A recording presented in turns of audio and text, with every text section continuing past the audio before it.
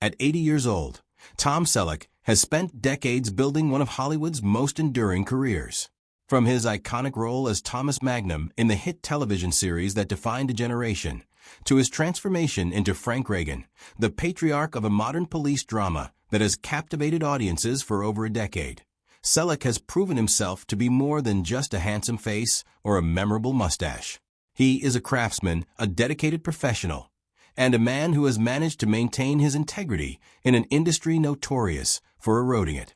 Yet on this particular evening, as he sits in a quiet corner of his Southern California ranch, surrounded by the oak trees and rolling hills that have become his sanctuary, Selleck finds himself drawn back to a conversation he has postponed for far too long.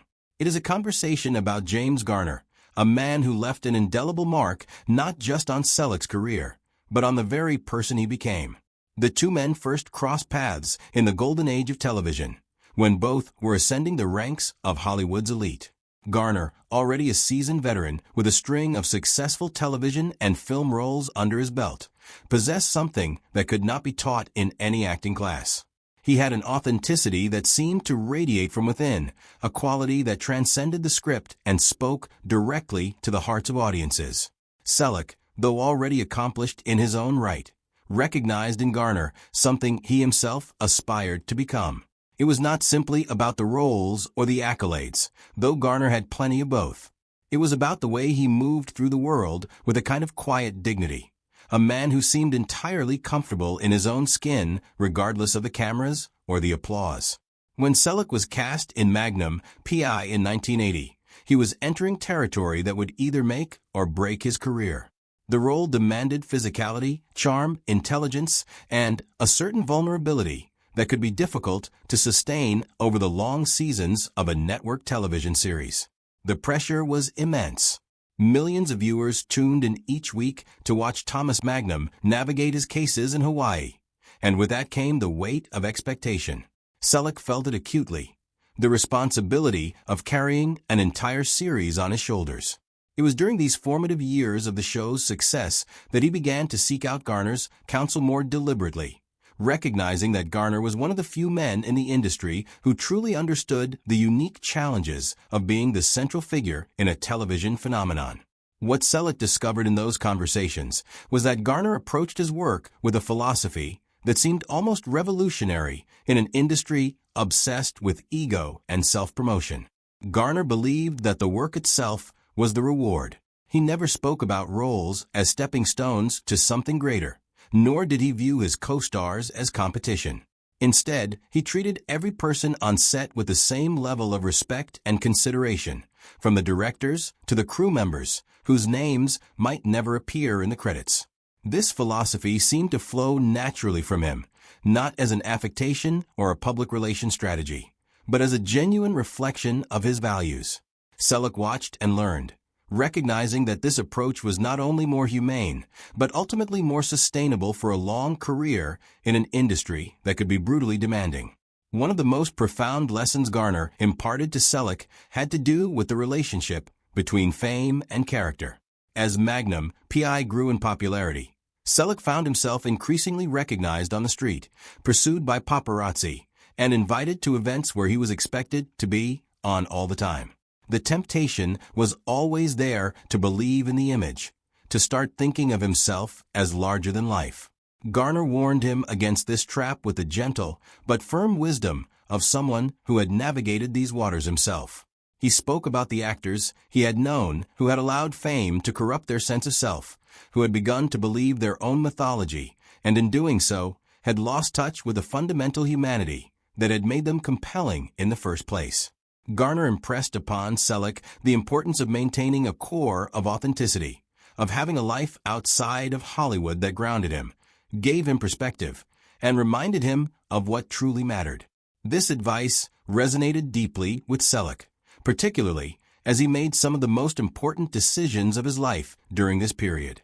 While Magnum P.I. was in full swing, at the height of its popularity and cultural significance, Selleck made the somewhat controversial decision to step away from the relentless grind of the series to spend more time with his family. He and his wife Jill had their daughter Hannah, and Selleck was determined not to miss out on her childhood in pursuit of ratings and recognition.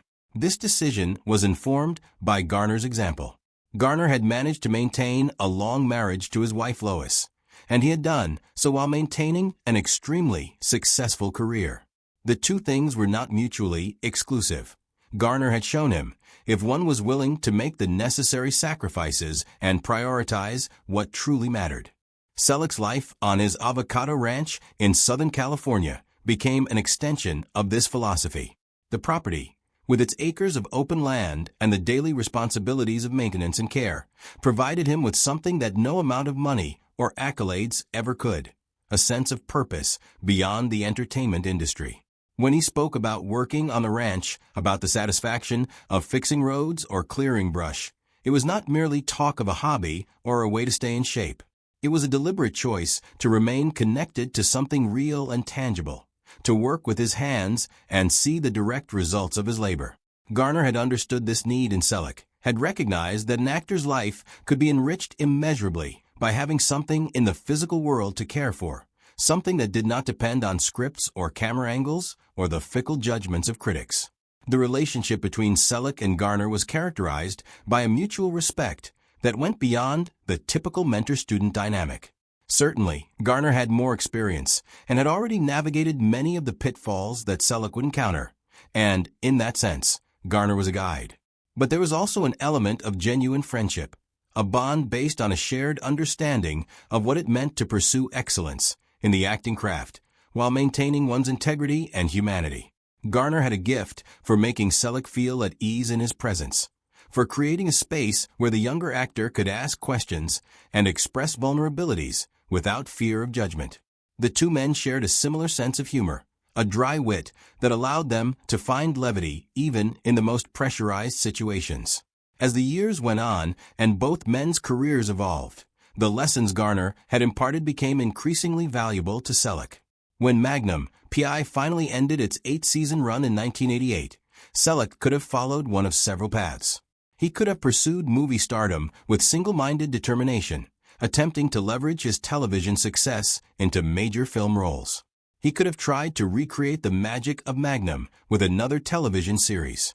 Instead, he took a more measured approach, carefully selecting roles that interested him, that challenged him as an actor, and that allowed him to maintain the balance in his life that he had worked so hard to establish. This was Garner's influence, manifested in Selleck's choices. The subsequent decades of Selleck's career were marked by an impressive range of work. He appeared in films that showcased his versatility, taking on dramatic roles, comedic parts, and everything in between. His work in television continued to be strong, with various guest appearances and occasional series roles. But it was his participation in Blue Bloods, beginning in 2010, that provided a new chapter in his career, one that seemed to circle back to the lessons he had learned from Garner. As Frank Reagan, the patriarch of a family of law enforcement officers, Selleck brought a gravitas and an emotional depth that could only come from decades of thoughtful reflection on his craft and his life. The role allowed him to explore themes of family, loyalty, sacrifice, and the weight of responsibility in ways that resonated with audiences and critics alike. Now at 80, Selleck finds himself in a position of reflection that feels both natural and necessary. He looks back on his relationship with Garner with a gratitude that has only deepened with time. Garner passed away in 2014, but his influence remains present in virtually every choice Selleck has made as an actor and as a man. Selleck often thinks about the conversations they had, the advice Garner offered, and the example Garner set through his own life and work. He realizes now that what he learned from Garner was not a formula for success, but rather a philosophy for living a life that was both professionally fulfilling and personally meaningful. When Selleck speaks about Garner now, it is with the clarity that comes from decades of lived experience. He understands that Garner's greatest gift to him was not a specific technique or a particular piece of advice, though both of those things were valuable.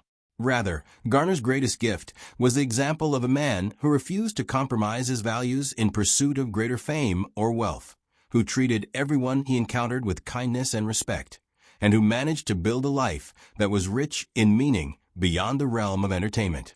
Garner showed Selleck that it was possible to be a successful actor, to achieve acclaim and recognition, without sacrificing the things that truly matter.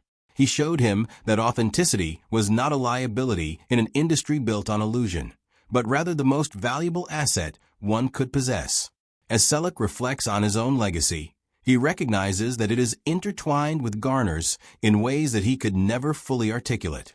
The career he has built, the family he has nurtured, the values he has maintained, the authenticity he has preserved, all of these things bear the stamp of Garner's influence. At 80, Selleck is finally ready to speak openly about this debt, to acknowledge how profoundly Garner shaped not just his career, but his entire approach to life.